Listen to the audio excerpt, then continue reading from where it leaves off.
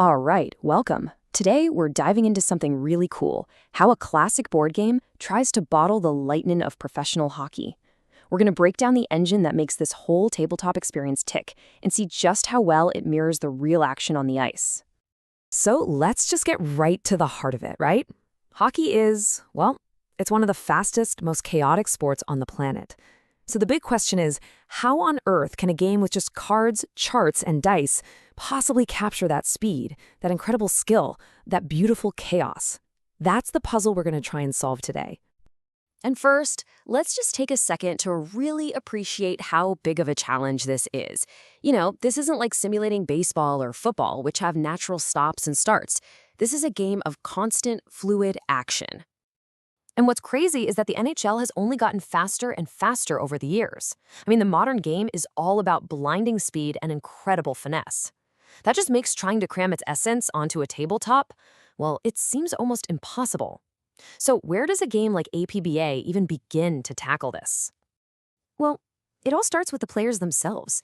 The game's first move is to basically deconstruct every single athlete into a set of numbers and ratings, a way to capture their unique skills on a little piece of cardboard. And really, this is the foundation of the entire simulation. Think of each player card as a statistical snapshot. It's this incredible attempt to quantify everything a player does. Shooting, passing, winning faceoffs, even those gritty battles in the corners, it's all there in the numbers. So the game is smart about this. It breaks players down into different archetypes. First up, you've got your pure scorers. You know who I'm talking about, the Brett Hulls of the world. These are the guys whose one and only job is to light the lamp, whether that's with a rocket of a slap shot or by being a garbage man and banging in rebounds right in front of the net. Then, of course, you've got the playmakers. These guys are the quarterbacks of the ice, usually your top centers. They might not be the ones scoring all the goals, but they're the ones controlling the entire flow of the offense, using their vision to set up those scores. For them, it's all about the assists. But hey, a player's value isn't always about putting the puck in the net, right? The game totally gets this. It has a role for the checkers, those gritty defensive forwards whose whole job is to basically shadow the other team's star player and just completely shut them down. And this is where you see the real beauty of the system. It captures this amazing diversity of roles. So you can have a guy like Sergei Fedorov, who is this incredible offensive talent, but also one of the best defensive forwards around.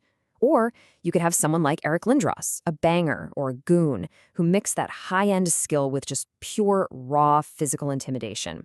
You know, the kind of player who could change the whole tempo of a game with one massive hit. So let's see how this all builds, because having the right players is just half the battle, isn't it? Hockey is a chess match, a game of strategy, and this is where APBA puts you right in the coach's seat. And the game gives you this amazing control over your team's tactics, and it does it through the forechecking system. This is basically your main strategic lever. It lets you decide just how aggressive your team is going to be, how hard you're going to pressure the other team in their own end. It's a huge decision that affects both your offense and your defense.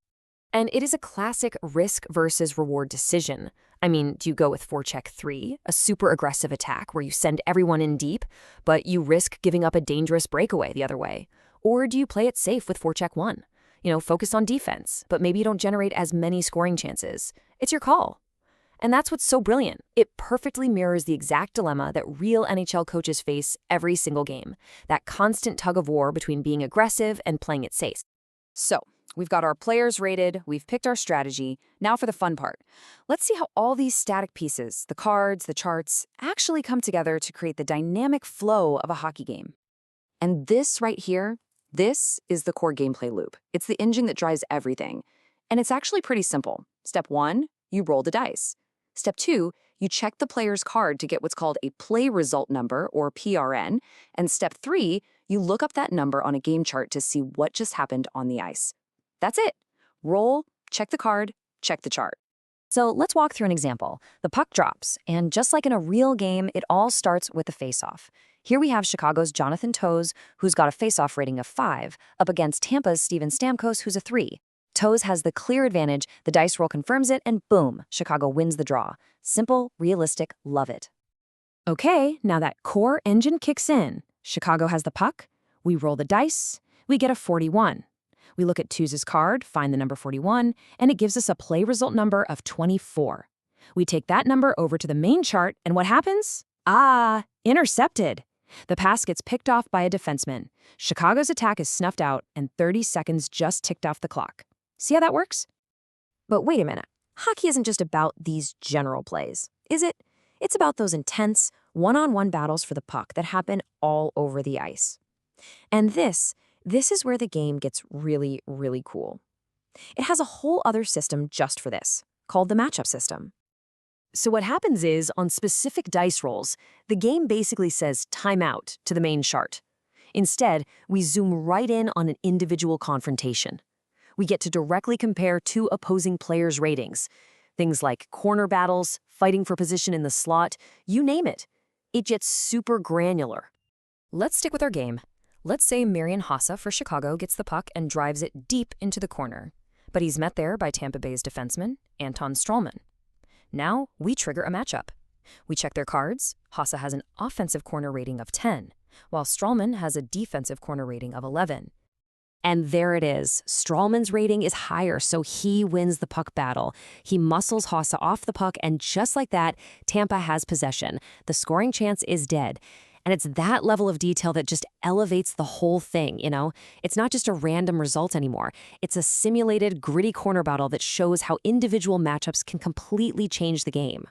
So when you pull all of this together, the super detailed player cards, the coaching strategy with the forechecking, that core gameplay loop, and then this awesome matchup system, what you get is something that honestly feels remarkably like watching a real hockey game unfold. And here's the real magic. It's the secret sauce. Because the whole thing is based on dice rolls, the game can perfectly replicate those totally unquantifiable storybook moments that we love about sports. You know, a massive underdog can beat a powerhouse team just because the dice get hot, which is the perfect simulation of a hot goalie standing on his head and absolutely stealing a playoff series. And that really leaves us with this final question, doesn't it? In a game of skill and stats, could it all come down to the luck of a hot goalie? This whole system forces you to balance this really deep statistical strategy with the pure, wild chance of a dice roll. And it's a great reminder that hockey, at its heart, isn't just a spreadsheet. It's a story. It's about effort, tactics, and yeah, those totally unpredictable moments of luck. It's that beautiful mix of skill and fortune, where all your best laid plans can be ruined by one lucky bounce of the puck. And you know what? That's what makes both this board game and the real NHL so absolutely compelling.